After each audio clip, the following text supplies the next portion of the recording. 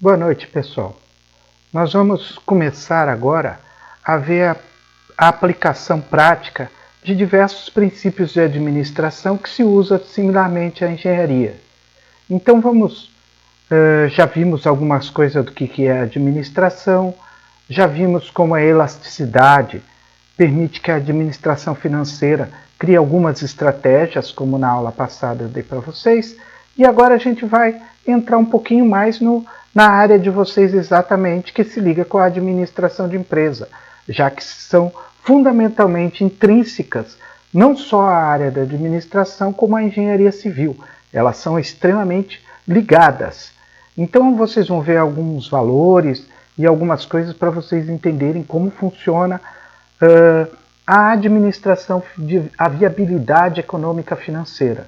Então vamos dar início à primeira aula de viabilidade econômica financeira. Bom, primeiro, os princípios da administração. A administração de empresa tem alguns princípios, que é planejamento, organização, direção e controle.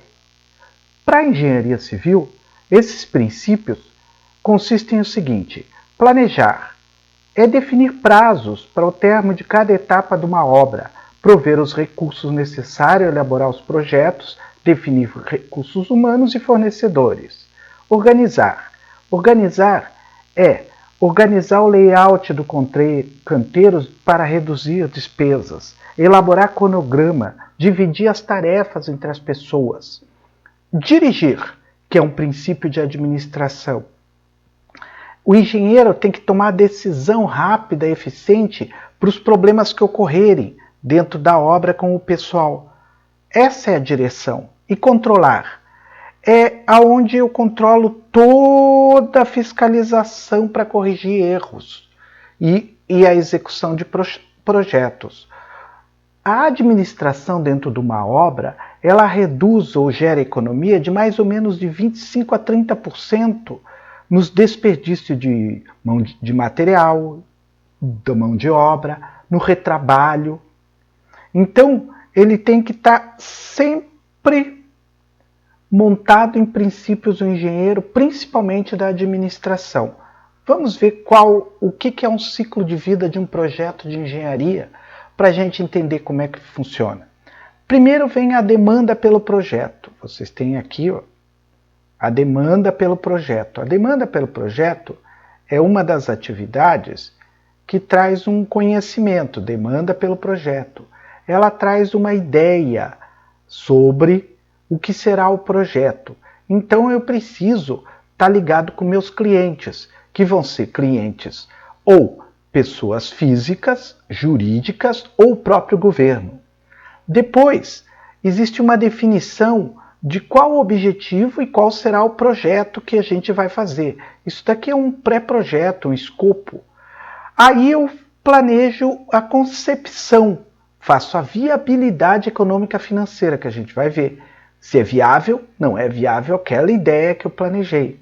E crio os projetos preliminares, que são principais projetos de aterramento, de luz, instalação, de água para o local. São projetos preliminares que tem que ser criado. Aí eu vou para os projetos de engenharia, que são os projetos que vão estruturar a fundação, a engenharia da obra. Aí eu começo o plano de construção e especificação.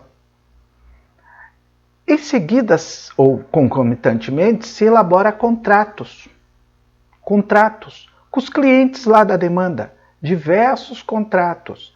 Então eu faço um contrato com o cliente, que é para a obra, contratos com os funcionários, contratos com a própria prefeitura, quando eu levo materiais lá para registrar, para coisa, é um contrato. E aí eu começo a construção.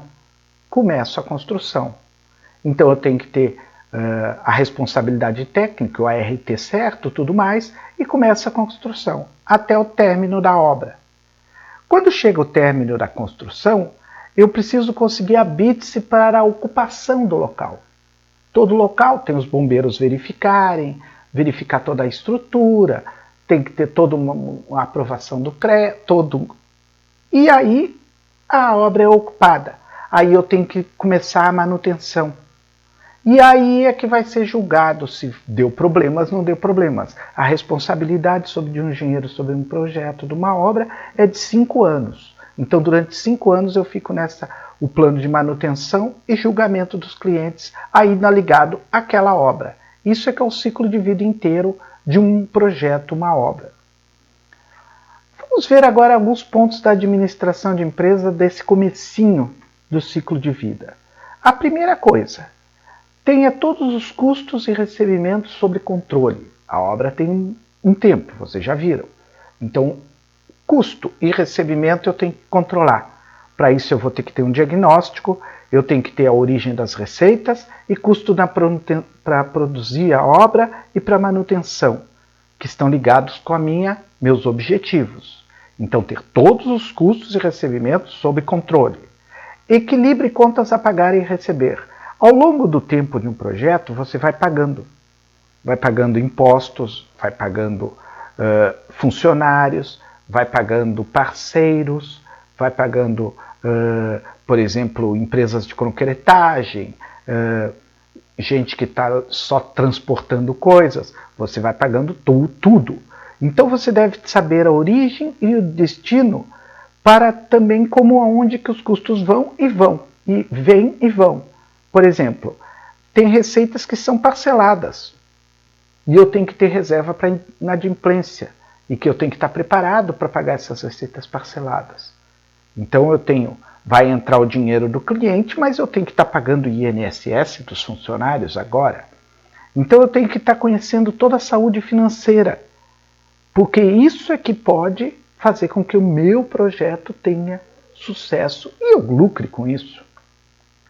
Como que eu vou saber essa saúde financeira? É preparando um fluxo de caixa, que é um modelo matemático que calcula o impacto dos custos e benefícios ao longo do tempo, que tem um caixa, é chamado fluxo de caixa. Então, ele permite que a gente planeje antes o que vai acontecer a partir de um fluxo, do tempo que vai ocorrer. O que é aqui está um diagrama de fluxo de caixa. No tempo zero, a gente começa aqui, no zero. No tempo zero, eu tenho um valor presente, valor atual ou um valor à vista. É todo o meu investimento. Está aqui no tempo zero, valor presente. Abaixo vocês estão vendo o número 1, o número 2, o 3 e o 4 e uma seta, são as prestações para pagamentos periódicos ou a saída. É toda a saída do caixa. Todas as saídas, elas estão aqui embaixo. Acima estão os recebimentos, os fluxos de entrada. Vocês têm as duas setas aqui no 1 e no 3, as duas setas que referem-se aos recebimentos, no 1 e no 3. Vocês vão ver que tem uma seta. E lá no final, um valor futuro. E de 0 a 4, o prazo. Aqui está o prazo de pagamento. É o prazo, pode ser em anos, pode ser em meses. Esse é o fluxo de caixa. E há uma taxa de juros, que também é chamada de taxa de capitalização, ou taxa de desconto, se eu estou voltando, capitalização se eu estou indo para frente. Então funciona assim. Se eu estou calculando daqui para cá, nesse sentido, eu estou capitalizando o dinheiro. Se eu estou voltando, eu estou descontando os valores. Vamos ver agora como funciona a capitalização composta. Ir para frente, capitalizar o dinheiro. A gente costuma usar uma calculadora, que ela está ali em cima, é a HP12. A HP12 vocês podem conseguir até pelo celular. Ela tem a HP12, ela é o instrumento básico do administrador e para cálculos financeiros. Como que ela capitaliza e descapitaliza de forma composta? Primeiro vamos ver a capitalização. Eu boto o valor, pressiono a tecla CHS e vou capitalizar. Então eu quero achar o FV. Então eu insiro os valores de N, que é um tempo, de I, que é a taxa de juros, e aperto PV. E o valor de PV do valor inicial que eu coloquei. E aperto FV. Pronto, vou obter o valor. No caso da descapitalização, que é o caso aqui embaixo, que eu quero achar PV, ou tirar os valores, voltar os valores, eu insiro o valor, eu insiro o valor do tempo, da taxa de juros e o valor futuro, e a tecla PV. Imediatamente eu tenho como capitalizar e descapitalizar. O que aconteceu aqui? Capitalizar, descapitalizar, capitalizar, descapitalizar. Sempre assim. Eu posso fazer isso facilmente com a HP12. Matematicamente, os juros estão aqui, uma tabelinha para vocês. Então, se eu quero descapitalizar, eu coloco o valor de FV dividido por 1 mais I na N. Se eu quero capitalizar os juros compostos, eu coloco PV 1 mais I vezes N. Aqui, ó, o PV é elevado a N. Se eu quero achar o I, a raiz quadrada de N FV por PV menos 1. Log de PV FV 1 mais I. Vocês têm ali as formulazinhas de como fazer isso matematicamente.